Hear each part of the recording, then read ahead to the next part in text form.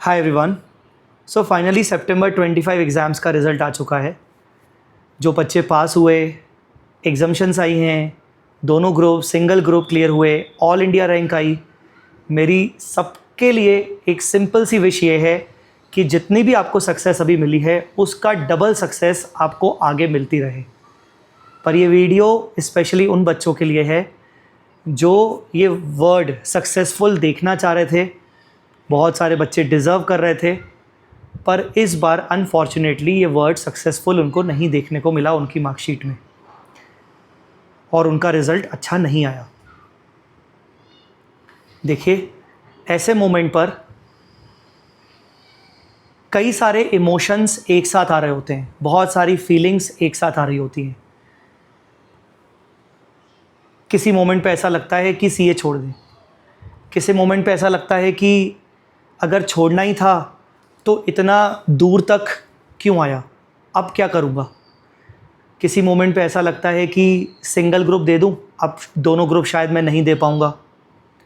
फिर लगता है कि अपकमिंग अटेम्प्ट को स्किप कर देता हूँ, नेक्स्ट अटेम्प्ट के लिए प्लान करता हूँ। मैं समझ सकता हूँ कि आपके मन में अभी बहुत सारे इमोशंस आ रहे होंगे, और जो इमोशंस अभी आपके मन में आ रहे हैं, आप वो सब चीज़ें हम सभी टीचर्स को मैसेजेस करके पूछना चाहते हो कि सर हम क्या करें। मेरे पास भी बहुत सारे मैसेजेस रखे हैं, शायद मैं हर एक बच्चे को रिप्लाई भी नहीं कर पाऊँ। कुछ कुछ बच्चों को रिप्लाई किया है, पर सबके साथ प्रॉब्लम एक ही है कि सर अब क्या, अब कैसे करें। हमें ऐसा लग रहा है कि हम हारे हुए हैं, अब ऐसा लग रहा है कि नहीं होगी पढ़ाई हमसे। I can totally understand. Sir how you can understand? Guys, मैं भी तो फेल हुआ हूँ। मैं सीए सीपीटी में, फाउंडेशन में ऑल इंडिया रैंक ऑब्टेन करके सीए इंटर में फेल हुआ, फिर सीए फाइनल में भी फेल हुआ। ऑडिट में तो मेरे बहुत बुरे मार्क्स आए थे, बहुत बुरे। फिर भी मैंने बाउंस बैक किया, और आज मैं आपके सामने ये वीडियो बना ही रहा हूँ इसीलिए, ताकि आप सबसे पहले, तो मेरा सबसे फर्स्ट मैसेज आपसे ये है, देखिए, no motivation right now. The most important thing, the most important information is take your time. And जो इमोशंस अभी आपके मन में चल रहे हैं आने दो, but don't take any immediate decision. Do not react immediately. Decision लेना है, समय पर लेना है, पर ऐसा नहीं है कि कुछ भागा जा रहा है, अभी डिसीजन नहीं लिया तो कल तक लेट हो जाएगा। Take your time, take your 24 hours, एक दिन, 2 दिन, बिकॉज अभी आपके मन में इंस्टेंट बहुत सारी चीज़ें चल रही हैं, और जो भी अगर अभी आप डिसीजन लोगे, वो डिसीजन दिमाग से नहीं होगा, वो डिसीजन कंप्लीटली इमोशनल बेस्ड होगा, और इमोशनल बेस्ड डिसीजन हमेशा सही नहीं होते। आज आप रात को सोओगे, मुझे पता है नींद नहीं आएगी, फिर भी जो भी चीज़ें आपके माइंड में चलेगी, सुबह उठोगे, उससे कुछ ना कुछ नया एनालाइज कर पाओगे। Number 1, do not immediately react. अपने आप को समय दीजिए। डेफिनेटली धीरे धीरे चीज़ें आगे बेटर तरीके से आपके सामने आएंगी, बेटर पिक्चर आपके सामने क्लियर होगी, और फिर आप डिसीजन ले पाएंगे। Now here comes number 2।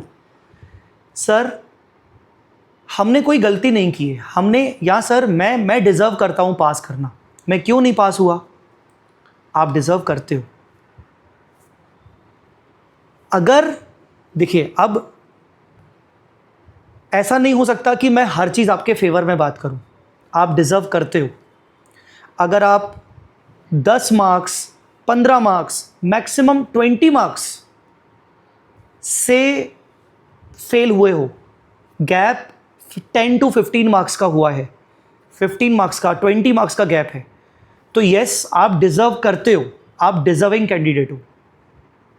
But gap अगर बहुत बड़ा है, जैसे कई सारे बच्चे मुझे मैसेज कर रहे हैं कि सर 20 मार्क्स आए हैं पर सब्जेक्ट ऑन एन एवरेज, या मैं ऑन एन एवरेज 150 मार्क्स तो छोड़ो, मेरे 90 मार्क्स, 80 मार्क्स आए हैं।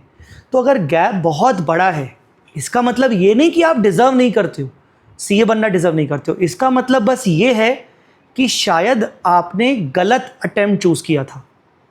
सितंबर 25 अटेम्प्ट आपका नहीं था, शायद आपने गलत डिसीजन ले लिया, चलो कोई बात नहीं, अब जो हुआ सो हुआ, पीछे मुड़ के तो नहीं देख सकते, पर आपको एट द सेम टाइम ये देखना है कि अभी अपकमिंग मेरे पास 50 डेज़ बचे हुए हैं, तो क्या 50 डेज़ के हिसाब से मेरे में इतनी कैपेबिलिटी है कि मैं 150 को क्रॉस कर जाऊंगा सिंगल ग्रुप, दोनों ग्रुप में 300 को क्रॉस कर पाऊंगा?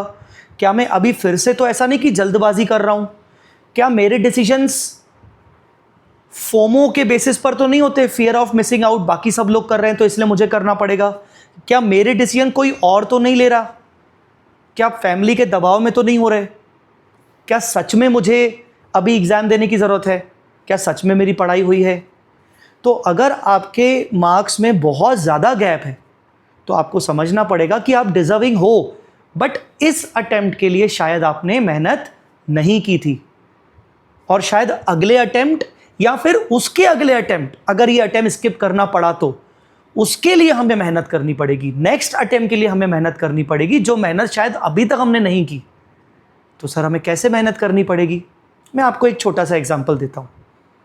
आज मुझे एक बच्ची का फ़ोन आया, उस बच्ची का नाम पूर्वी करके था शायद, इफ़ आई एम नॉट। उसने बोला सर मैं आपके फेस टू फेस बैच की स्टूडेंट रही हूँ, यहाँ पुणे में आके पढ़ा, सर मेरे 414 मार्क्स आए, दोनों ग्रुप क्लियर हो गया, और सर एडवांस अकाउंट्स में शायद उसके 85 प्लस समथिंग कुछ मार्क्स हैं, मुझे एग्जैक्ट याद नहीं आ रहा।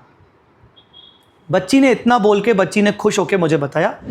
आगे बच्ची ने बात नहीं की, उसकी मम्मी ने मेरे से बात की, उसकी मम्मी ने उसको इंसिस्ट किया कि मेरी बात करवा। वॉट हर मदर सेड, उसकी मम्मी ने बताया कि सर, रोते हुए बताया कि सर इसने बहुत ज़्यादा सेक्रीफाइसेस किए हैं,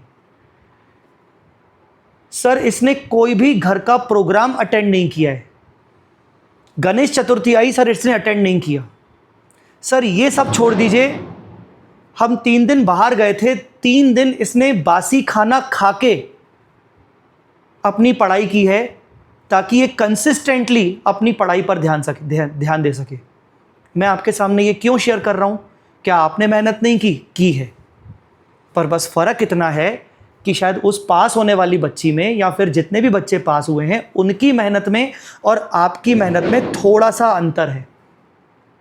शायद आप अपनी मेहनत को सबसे ज़्यादा समझ बैठे हो,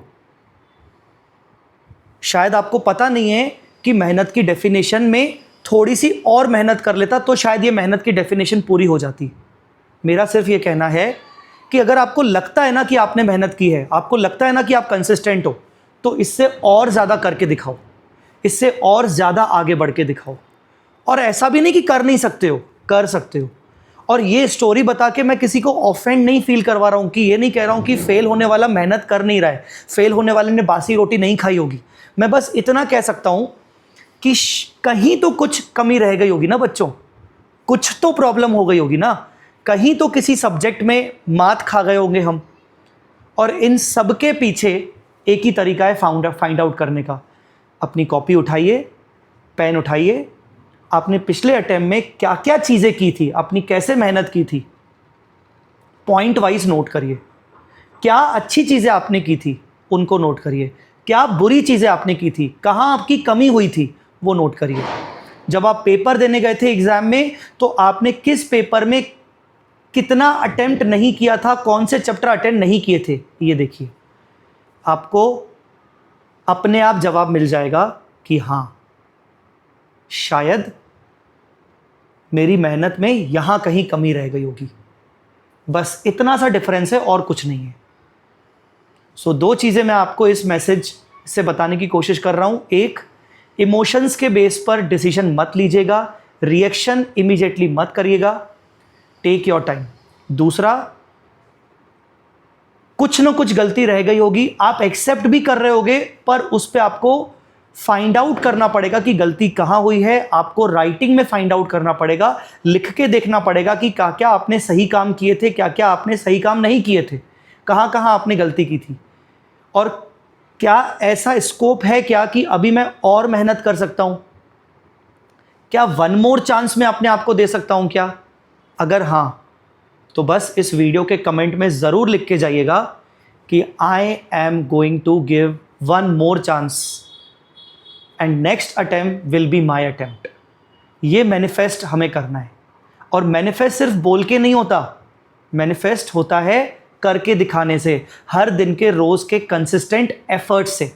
और मुझे यकीन है जो भी बच्चा इस बात को सीरियसली लेगा वो अगली बार डेफिनेटली मुझे मैसेज करेगा कि सर मैंने ज़्यादा मेहनत की थी, मैंने मैनिफेस्ट किया था, मैंने अपनी गलतियाँ एक्सेप्ट की थी, मैंने डिसीजंस इमोशंस में आके नहीं लिए थे और अब मेरा रिज़ल्ट अच्छा आया है।